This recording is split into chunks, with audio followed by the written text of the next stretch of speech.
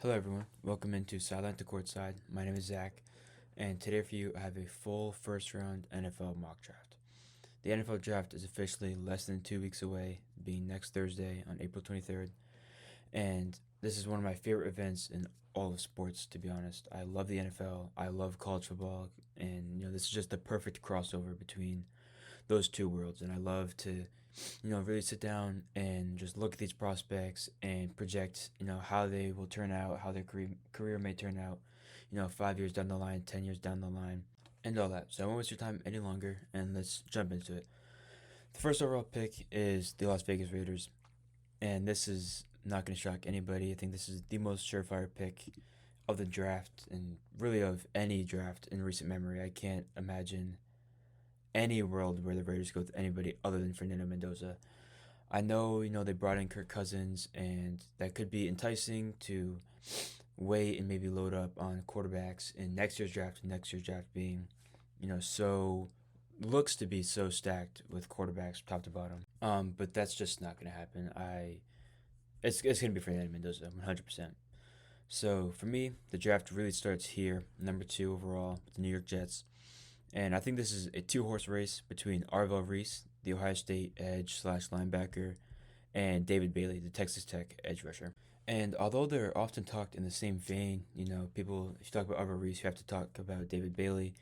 They're two very different players. Arvell Reese really hasn't played much edge at all in his career, being, an off-ball linebacker at Ohio State for his whole career. But, Matt Patricia would sprinkle him in on the line of scrimmage, and he would rush the passer a lot, especially in those first 6 games for the Buckeyes. But in the second half of the season, he really didn't rush the passer much at all and was used much more as a spy and that deep off ball linebacker, much like his teammate Sonny Styles. But David Bailey, on the other hand, has obviously played edge his whole career. He started out at Stanford, was pretty good there. He wasn't like a standout top three level pick when he was at Stanford, but he came to Texas Tech this year and absolutely blew up. He rushed the passer. Obviously he had a great defensive line with him, with Lee Hunter inside and Romello Height on the other side of the defensive line. But I think if you're the Jets, you need players who can contribute right away. And I think Alvaro Reese is much more of a project than David Bailey is. And, if you want a player with a high floor, you go with David Bailey. But you want the player with the super high ceiling, you go with Arvell Reese. I think right now, for where the Jets are in their rebuild, if you want to call it that, I think David Bailey makes much more sense. And then moving on to the third pick with the Arizona Cardinals, I think they go with Arvell Reese now. The Cardinals are much further along in their rebuild, and they need guys who can contribute right away. And I think Arvell Reese can be that perfect guy that they need. They obviously missed on Isaiah Simmons back in 2020. He didn't turn into what they hoped he'd turn into. But I think Arvell Reese now can be that player that they've been looking for and been needing. And now on to the fourth pick. The Titans are definitely a bit of a wild card. I think they could go a lot of different directions here. I thought about Sonny Styles, Carnell Tate. You could even say Caleb Downs all the way up there at four. There's plenty of options. Ruben Bain even. But I landed on Jeremiah Love, the running back from Notre Dame. I think the Titans need more explosivity on their offense. They need to surround Cam Ward with whatever they can get because that offense was not nearly what it needed to be last season. And Jeremiah Love, home run hitting running back, can take it to the house from anywhere. I think he's exactly what the Titans need. This could be a little rich for a running back. A lot of people say running back is not a valuable position and should be taken later in the draft. But I mean, if you look at the recent running backs taken in the top 10, Jahmyr Gibbs with the Lions, Bijan Robinson with the Falcons, even Ezekiel Elliott. So I do not think this is too high for Jeremiah Love at all. I think this is the perfect piece to help build that offense and continue to build around Cam Ward. So now at fifth, the Giants, much like the Titans at four, they could go a multitude of directions. They could go Sonny Styles, they could go Caleb Downs, Carnell Tate, any of those Ohio State guys. I really, really debated going with Caleb Downs here at fifth. I think, John Harbaugh loves to have that big hybrid safety that can roam the field and kind of play wherever, much like Kyle Hamilton he had back in Baltimore. Safety, he could play anywhere in the field. He could be in the box, he could be in coverage. He can do it all. And Caleb Downs is much like that. He's very similar. Size is obviously different. He's a lot smaller than Kyle Hamilton, but can be used in a lot of similar ways. Um, but I ended up going with Carnell Tate here, his teammate, the wide receiver. I mean, this offense just wasn't what it needed to be last year. It was a big step up from the year before. Do not get me wrong, but the loss of Malik Neighbors to the injury last year really hurt. Who knows what he's going to be when he comes back. Hopefully, he's the same player he is. And ACL injuries aren't exactly what they always were. We see players come back from injuries like that all the time and be fine. The loss of Wandale Robinson really hurts though, and I think that's gonna be what pushes the Giants to take Carnell Tate here at fifth. Him going to the Titans. So yeah, I think Carnell Tate, big receiver, had the 40, wasn't exactly what teams had hoped, but I don't think that will really be an issue or really, be cause for hesitation for any of these teams in the top 10, whether that be the Giants or, the Commanders, the Giants, whoever is considering taking Carnell Tate. I don't think that 40 at the combine will be enough to deter them from taking him. Now it's sixth. The Browns, they need offensive line help badly. They have one of the worst tackle rooms in the NFL, and I think Francis Mauigoa is exactly what they need. Mauigoa is probably going to play right tackle. I can't really picture him kicking out to left tackle, but the Browns need whatever they can get. And so I think Mauigoa, some people may think this is a little too high, maybe even a little too low. I've seen him as high as third to the Cardinals, or even as low as the Rams at 13. But I think sixth, the perfect landing spot for him. The Browns need offensive line help bad, and Mauigoa can provide some stability for whoever's going to play quarterback back there, whether it be Shador, Dylan Gabriel, whoever. So moving on to number 7, the Washington Commanders. They need defense, I think. I think their main focus this offseason has been defense and should continue to be defense here in the draft. They could go with the wide receiver, Jordan Tyson, Mekhi Lemon, both still available. But for me, I went with Sonny Styles. I think he's the perfect fit for this style of defense that the Commanders run. Styles is really one of my favorite prospects in this draft. He had probably the best combine performance we've ever seen. That 43.5-inch vertical, 4.4 40. He's 6'5", huge player. He can run sideline to sideline. He's just the perfect rangy linebacker to be in the middle of this Commanders defense and run the show and be that green dot. So number 8, the Saints. I think here they go wide receiver. So to me, it's between two guys, Mekhi Lemon and Jordan Tyson. Mekhi Lemon from USC, great hands, a bit on the smaller side. I think he was 6 foot flat at the combine. Not a huge target. Jordan Tyson, much bigger. He's 6'2", 200. Great size. He has the injury concerns, which would be lying if I didn't say it didn't concern me a little bit. He had the ACL injury at Colorado, broke his collarbone in 2024 at Arizona State, and then dealt with some lingering hamstring issues last year. But I think the Saints are just going to have to look past that with this one. I think they go Jordan Tyson, big receiver, pair with Chris Olave, Tyler Shuck at quarterback, good young offense. The future is bright in New Orleans to me. So number 9 is the Chiefs. And this is a player that I just think the Chiefs can't pass up here. The defense wasn't great. Edge rushers a pretty big need. And, Ruben Bain is one of the most talented players in this draft. He has the short arms, which is, in all honesty, probably the only reason he doesn't go ahead of David Bailey or Arvell Reese up, that top 3 range. But I just don't see a world where he's there at 9 and the Chiefs, pass on him. The corner is in need. I could see Monster Delane or even Jermod McCoy up there at 9 for the Chiefs, but I think Ruben Bain would be too enticing to pass up there. So moving on to number 10 is the Cincinnati Bengals. This has to be defense. That defense has been awful, the worst in the league probably for a couple of years now.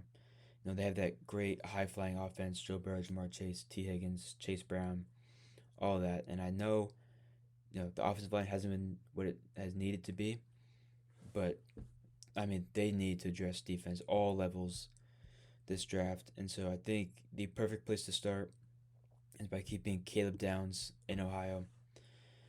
Downs, if he wasn't a safety, would probably be picked a lot higher. Safety, much like running backs, isn't a premium position in the NFL anymore.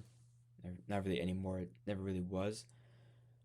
But, it's hard to take a safety that high. I mean, the only safety's gone super, super high recently was like Jamal Adams. He went at 6. Kyle Hamilton went at 14th. Talked about him earlier. And I think that's kind of where Caleb Downs is going to end up. In that 7 to 15 range ish. Well, 7 to 12. I don't think he gets past the Cowboys at 12. But I mean, I could see him all the way up at 5 with the Giants. But yeah, I think 10 is the landing spot for him. Great player. Like I said earlier, I mean, he can play anywhere. He can play in the box. He can play that deep third. He can do whatever, and I think he's exactly what the Bengals need to start piecing this defense back together.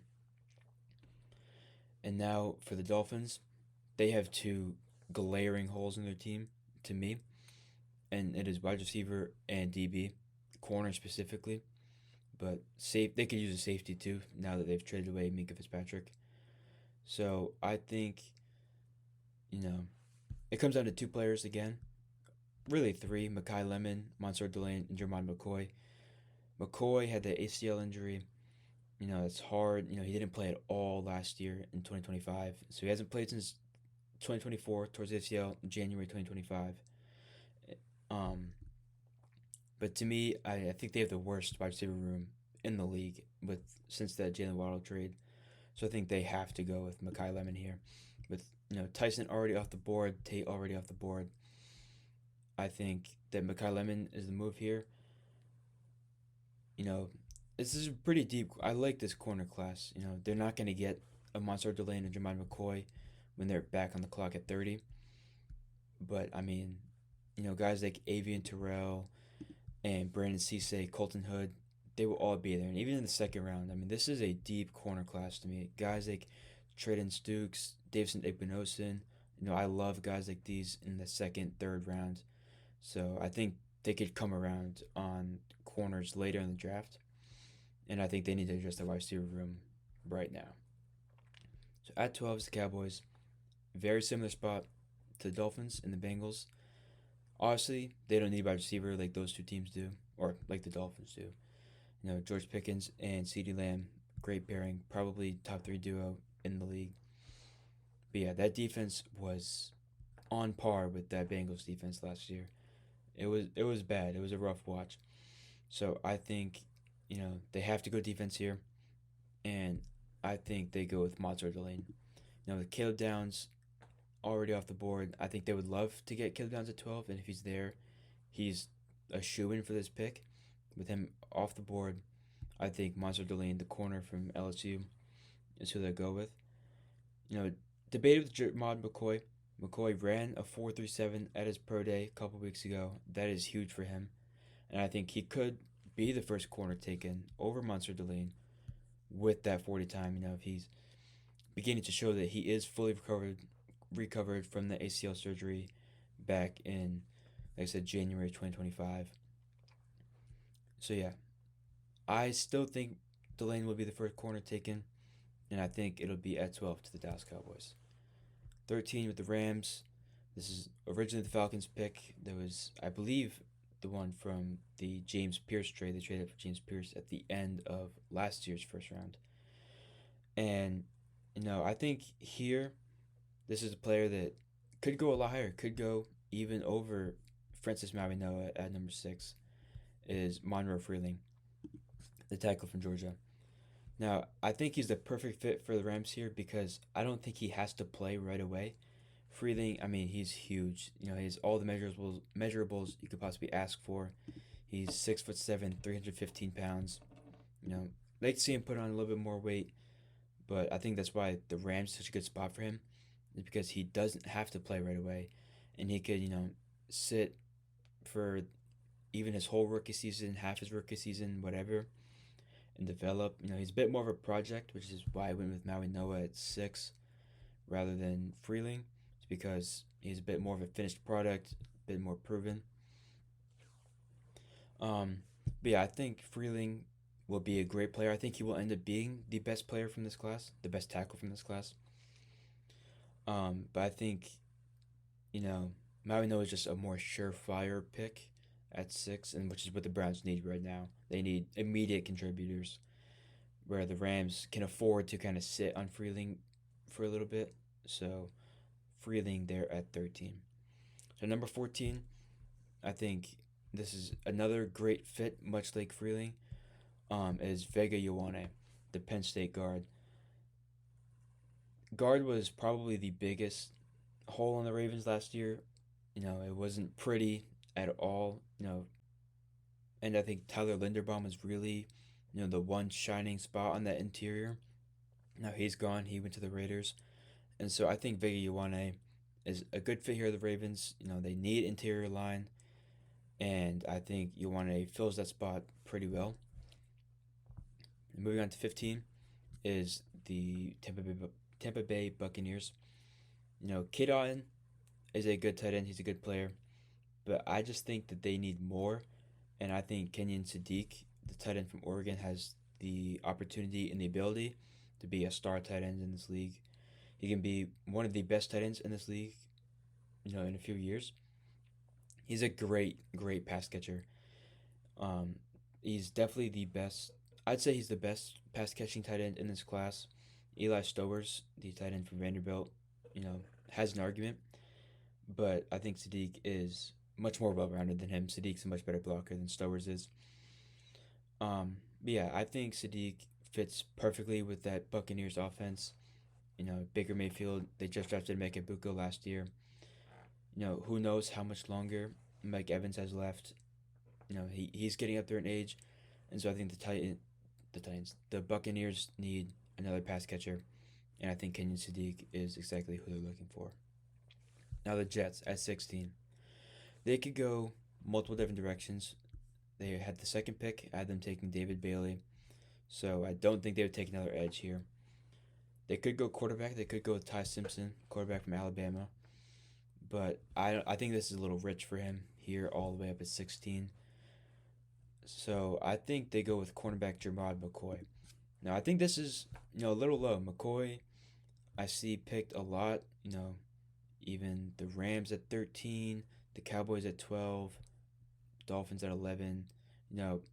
McCoy has a pretty wide range. I think this is the floor to his range. I think if Jermod McCoy is there at 16, I have a hard time seeing the Jets pass up on him unless one of the receivers is there. Makai Lemon, Jordan Tyson, Cornell Tate, one of them slips. I could see them going here at 16 with the Jets. But, yeah, I think McCoy, obviously talked about it earlier, the ACL injury. He seems to be fully healthy. He should be fully healthy by now. He's about 16 months removed from that ACL surgery. So I think he should definitely be good to go. And he ran that 4.3740. He looks good. Even the rest of the drills he ran that day, he looked like his normal self, who appeared to be a top 10 pick at the end of 2024. So I think he's the Sauce Gardner replacement in New York. Number 17, the Lions. They need offensive line help too. I think tackle specifically. They could definitely go defense. C.J. Allen, linebacker from Georgia, is a guy I looked at here. But Spencer Fano has fallen very far here. So I think he will go at number 17. Fano is, not that far behind, in my opinion, Monroe Freeling and Francis Mabinoa as, those best tackles in the class. But he slips a little bit here, short arms. Who knows if he's really even going to play tackle in the NFL? He could kick inside, be a guard, even a center. I know some teams have talked about him being possibly a center in the NFL. So we'll have to see where he ends up, but I think he's a good fit here for the Lions at 17. Now the Vikings, to me, safety is their biggest need. Running back is another really big need for them, but I can't, in good faith, justify taking another running back here. I mean, it is Jeremiah Love at the top, and it is a pretty steep drop off in my opinion. I think the second best running back is his teammate Jadarian Price, but I think at 18 here would be way too rich. I could not justify that. So I think they go with Dylan Thieneman, the safety from Oregon. You know, I also looked at Emmanuel McNeil Warren. I really, really like Emmanuel McNeil Warren, safety from Toledo, 6'2", 202. He's definitely bigger than Thieneman. McNeil Warren is that, typical long, lengthy safety and, can kind of roam the field. Thieneman is a bit more of like a ball hawk. So I think Thieneman fits better. He's more like that Harrison Smith type of safety. With him obviously being gone now, he's been at the Vikings for who even knows how long now. But yeah, I think Thieneman is that perfect replacement. 19, the Panthers go with C.J. Allen, linebacker from Georgia. Um, he's not quite the athlete that Sonny Styles is. I think Sonny Styles is the clear best linebacker in this class, considering Arvell Reese as an edge and not a linebacker. But C.J. Allen is a great linebacker. He runs the field well. There's tons of those Georgia guys in the league. Nakobe Dean, that style linebacker. I think C.J. Allen is exactly that. And the Panthers really do need to beef up that defense. Coming off a playoff appearance, the NFC South is starting to get better. It was probably the worst division in football definitely the worst division in football last year. But the Saints are on the come up. The Buccaneers look pretty good, and so I think the Panthers need immediate day one starters, and I think C.J. Allen can be that guy for them. The Cowboys, this is their second pick. This is the pick they got from the Micah Parsons trade last summer. And so they went with Monster Delane at 12, addressed that corner room. Now, I think they need edge rusher. Like I said earlier, they just need to draft defense this draft. I mean, that defense was really hard to watch. Gave up, almost 30 points per game, which is unheard of in the NFL. So I think they go with Akeem Mesidor, the edge rusher from Miami. Ruben Bain's teammate. Now, I think Mesidor would be up there with Bain as, one of those top three edges, vying for that third spot. But the big, issue or concern, I should say, with Mesidor is his age. He'll be 25, I believe, in April. By next season he'll be 25, and that is, that's old. If he were 2 years younger, he's 22, 23. I think he'd probably be a top 15 pick, top 10 pick, and I still could see him going as high as 15 to the Bucks. But I think with that age, he slips a little. He falls into the Cowboys' lap, which I don't think they're upset with at all. They get two defensive studs. Mesidor can come in and contribute right away, much like Delane. Being that older guy, who knows what happens when he comes time for his second contract and he's 28, 29 years old. But I think they'll cross that bridge when they get there, and they'll take all the help they can get right now. 21 is the Steelers. Another team that could go a few different ways here.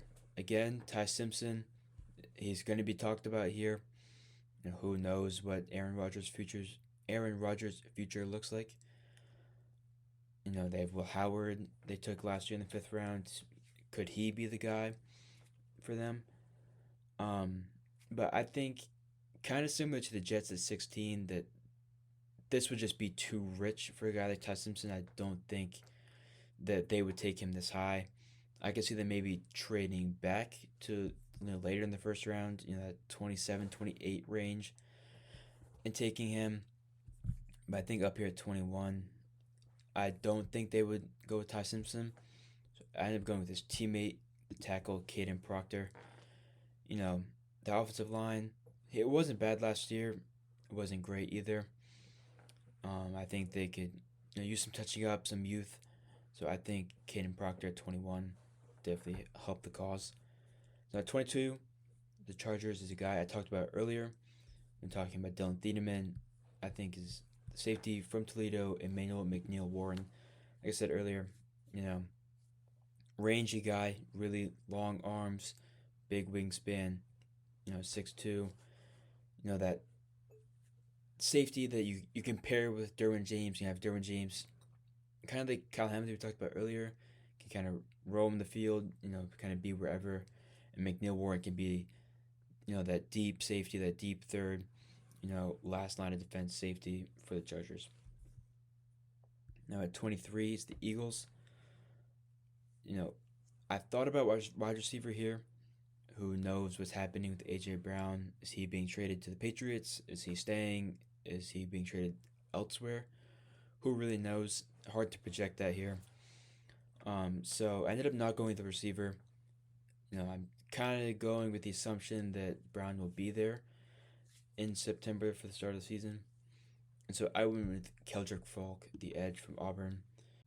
And, Falk's a guy who didn't exactly have the production that I think NFL scouts and Auburn was hoping for coming into the season. After the way he ended the 2024 season, hoped that he would really blow up and have like a big numbers year this year for Auburn.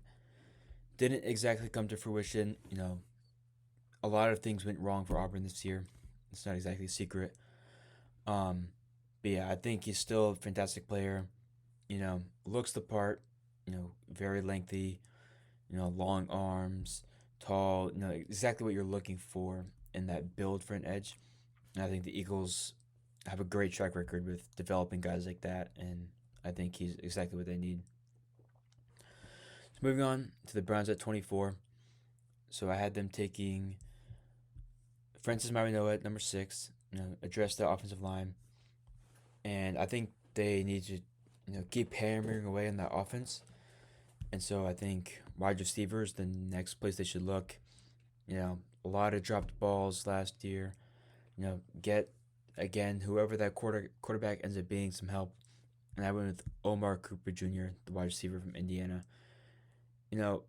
I for a while pictured Omar Cooper as, a second round guy, maybe even a third round guy. It took me a while to buy into Omar Cooper Jr. as a first round pick. But I am starting to come around on that. And, I think it was between him and Denzel Boston here. Denzel Boston, a bigger receiver, that tall, deep threat, red zone target. Omar Cooper, very good red zone target as well, but just not quite the same as Boston. However, he's, in my opinion, a bit quicker, faster, better route running. So I went with Omar Cooper here at 24. Moving on to the Bears at 25. It's really hard to place these interior defensive linemen, which is where I think the Browns would go here, or where the Bears would go here. Caden McDonald, big player. He's not as big as you would like. He's a bit on the smaller side. 6'3", 236. Not exactly ideal, but I mean his size has never hurt him before.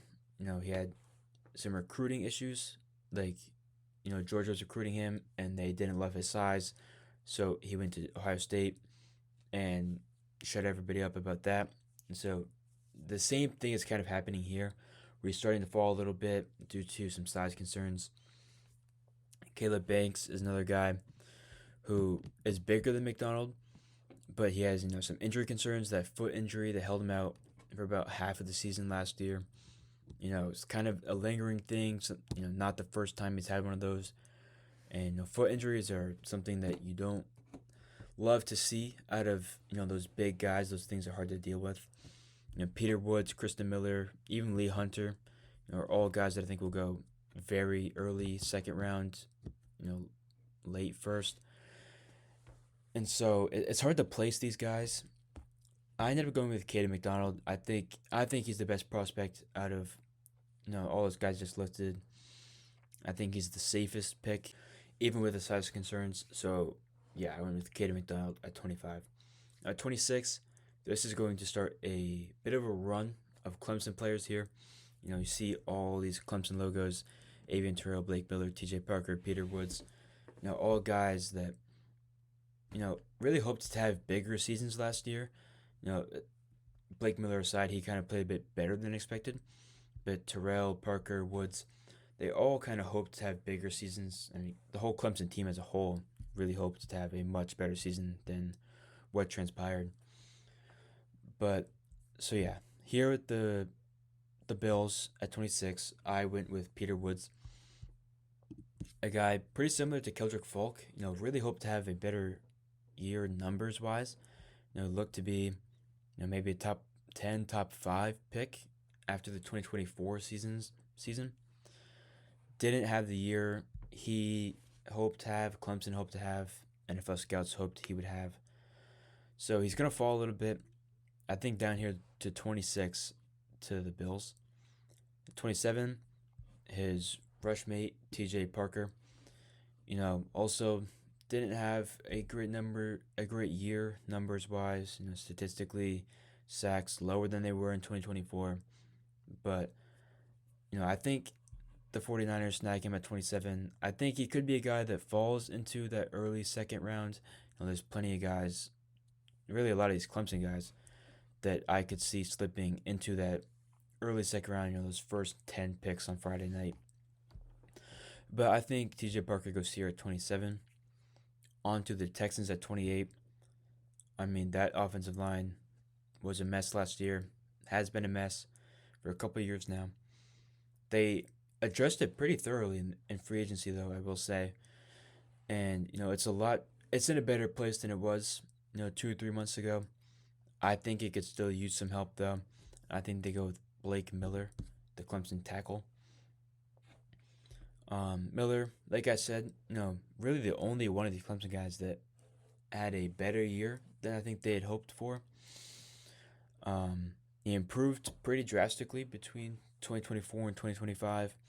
I think he's what the Texans need to kind of round out their offensive line moves for this season. The Chiefs at 29. Wide receivers been a bit of a hole for them ever since Tyreek Hill got traded. 3 years ago now, 4 years ago now. And so they took Xavier Worthy, I believe it was 2 years ago. And, he's a good player. He's not exactly that alpha wide receiver one, that they're really looking for, that they've really been lacking these last few years. I think Denzel Boston has the potential to be that guy for them. Like I said earlier, big guy, deep threat, that red zone, when you're in the red zone, you need a big target. Travis Kelce, who knows how long he has left. I know he just signed a 3-year contract. I would be very surprised if he plays out that whole contract. So yeah, Boston at 29, I think, is the pick for the Chiefs. Number 30 for the Dolphins. So earlier we had them take Mekhi Lemon at 11. And like I said, I think that they would, if they take a receiver at 11, they would spin back when, comes around and take a DB, specifically a corner here at pick 30. And so I think Avian Terrell is that guy. I really like Avian Terrell. I think Avian Terrell, I'd hoped he had a better season. If he did, I would probably have him top 20. I think he's a great player. He has the potential. I think if he reaches his ceiling, could be much like his brother AJ Terrell for the Falcons. They have pretty similar play styles. I really like Terrell. I wish he was a little bit more consistent, but I think the Dolphins would be happy to have him down there at pick 30. So at pick 31, the Patriots, coming off the Super Bowl appearance, the offensive line, again, was not pretty, especially in that playoff run. Will Campbell, I think he's best suited at guard. The Patriots seem pretty steadfast in keeping him a tackle, though. But I went with a tackle here, Max Hennicher. I think he's a player who has slipped a little bit. I think he could go above a guy like Blake Miller or even Caden Proctor at 21. But for me, he falls a little bit here.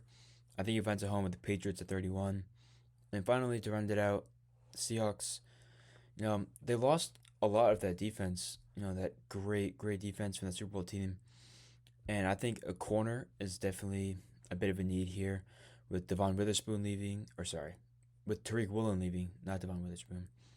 With Tariq Woolen leaving, I think it kind of opens up a hole in that secondary, and I think Colton Hood is the perfect guy to round out that secondary and to complete that team. And so that is the full first round mock. Some guys that I really wish I was able to fit in, guys like Caleb Banks, the defensive lineman from Florida, Kristen Miller, defensive lineman from Georgia. We talked about both those guys. Cassius Howell is a guy that has the really short arms, Texas A&M edge. Would like to see him.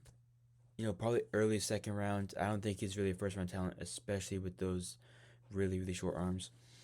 His teammate Casey Concepcion is another guy, wide receiver, that easily could be in this first round. Caleb Lomu, the tackle from Utah, I think he's a great that prototypical right tackle. Zion Young, the edge from Missouri, another guy, you know, kind of similar to Kildrick Folk. I could see him really anywhere from pick 20 to the Cowboys to mid second round, and then Brandon Cisse, the corner from South Carolina, is another guy I really debated at 32 instead of Colton Hood. And Ty Simpson is kind of his own category. I think Ty Simpson really could be. I think he will be a first round pick, but I just think a team will trade up for him late in the first, whether that be the Cardinals, the Jets trade back in, the Browns, the Steelers. I mean, who knows? But I don't think he'll end up being a second round pick. But I didn't want to project trades either. So thanks for watching, everybody. Please drop a like and comment. Share your thoughts, and please come back again. I'll have another mock draft probably next Monday. Leading up to the draft on Thursday. So thank you for watching, everybody. Till next time.